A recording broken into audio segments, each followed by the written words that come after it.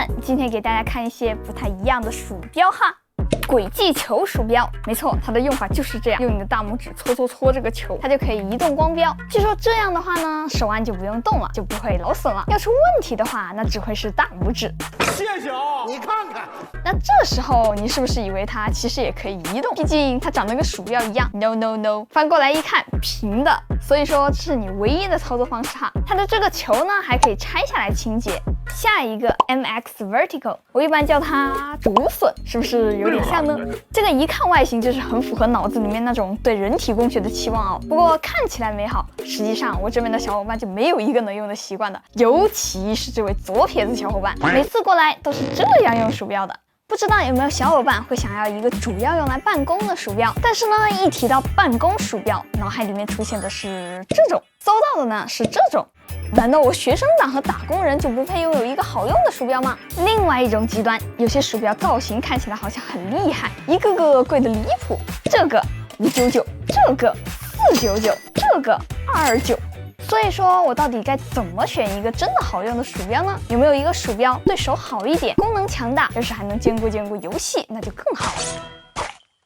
经过我一段时间的体验之后，其实我发现这些鼠标舒不舒服、好不好用，和它的外表真的没有太大的关系。这姿势感觉摩托拍完之后手都能领工伤补贴了。有没有小伙伴买来一些看起来很厉害的鼠标，然后直呼后悔的？前几天我也在动态里面发了一个投票嘛，看看小伙伴们觉得哪种鼠标的手感是最好的。事实证明，小伙伴们还是相当理智的。我也邀了一些身边的小伙伴实际体验了一轮。其实一段时间试下来，长得越神奇的鼠标，往往有着更高的上手难度和更小的适用范围。偏偏呢，它们还会非常贵。像是这个滚轮鼠标呢，它滚动的精确度简直就是令人发指，不但超级滑，而且这个大球还有惯性。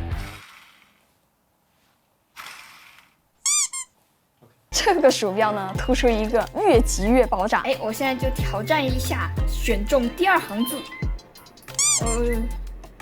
失败。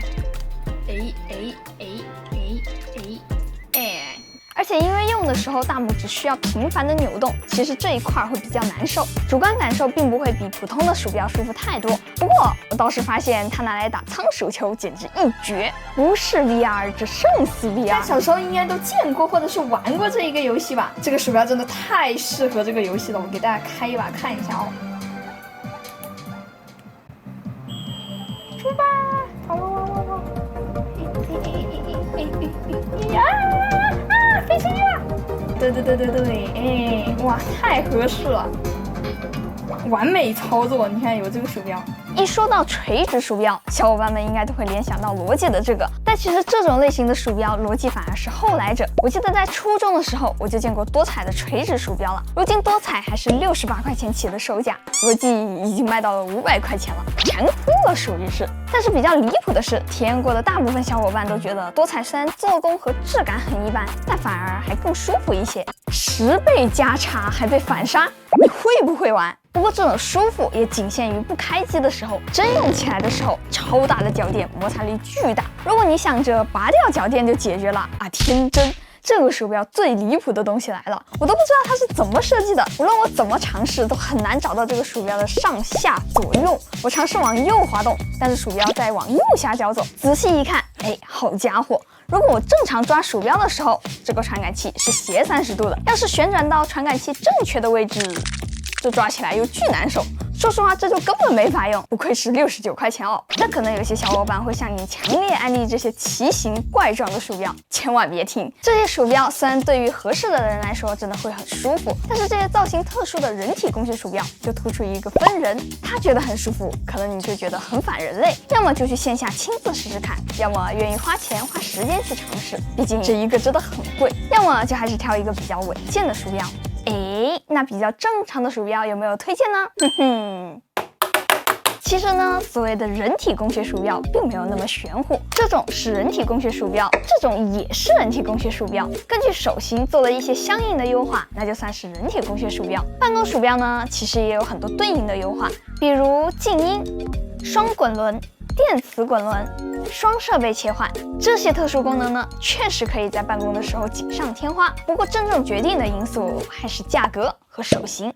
100元以下的鼠标其实就没有必要分是不是办公鼠标了，能好好完成鼠标这个职责就很不错了。而且建议选有线的，如果是16厘米左右的小手呢，可以选独魁 mini 或者是冰雹夜宵 SEL。这2个里面呢，我觉得夜宵 SEL 的手感要好一些，不过滚轮的手感会差一些。它们的价格都在100元左右，而且非常轻。像我表妹这种弹钢琴的18厘米的大手的话，就可以选择练于蝰蛇标准版。这个手的长度要怎么量呢？就是从中指到手掌这2块骨头中间。像是我表妹的话，她的手就有18厘米长。至于这种鼠标，如果是追求便携的话，那请自便，不然的话就不要买来折磨自己了。100到200的区间选择就很多了。罗技的 G304 经典的好用，而且无线稳定，续航又长。这个价位找无线鼠标真的是无脑上304就好了。抓握的手感很不错，也不怎么挑手型。如果是18厘米左右的大手趴握，也可以选蝰蛇 VR。不过本质上前面这些价位段都不会有明显的游戏鼠标、办公鼠标的区别。如果硬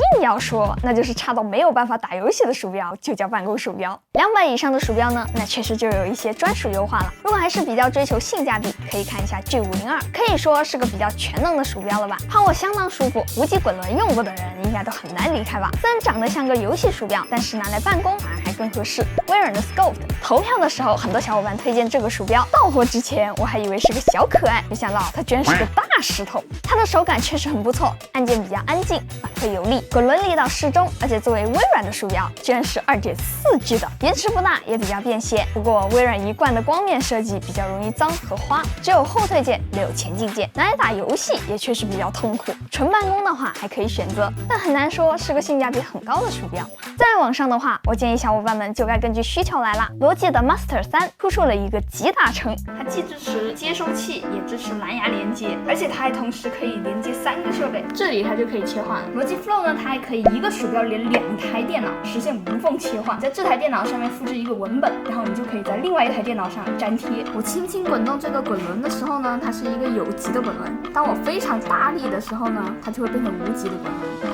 这个切换的灵敏度还是可以调的哦，但是它的手感并不算非常优秀，尤其是手小的小伙伴不合适，价格也很贵，600块钱一个鼠标。如果只是想要无极滚轮，83D40 V3也有类似的功能，价格便宜不少，只要379，重量也轻很多，不过功能也会弱很多，并且只有有线版。如果不想要那么多的功能，只想要一个手感好的无线鼠标，就可以看一下雷蛇的 Pro Click， 价格同样昂贵啊，官方价格499，功能特别简单，只有最基础的前进后退键和根本就用不习惯的 Hyper Shift。不过基础的功能确实挑不出毛病，无论是续航啊、外观啊、手感啊，还是性能都很不错。尤其是这个外观，白白的真好看。从15加的手到18加的手握起来都挺舒服的。不过最合适的还是18厘米左右的趴握。总结一下，那这里呢，我就把不同价位段的推荐总结成一张表格，如果有需要的小伙伴可以截图保存，或者是转发一下给你的朋友。那么这期视频到这里就结束啦。如果这期视频对你还有所帮助的话，记得给我点赞、3连关注哦，这对我来说非常重要。那么我是千里，咱们下期再见吧，拜拜。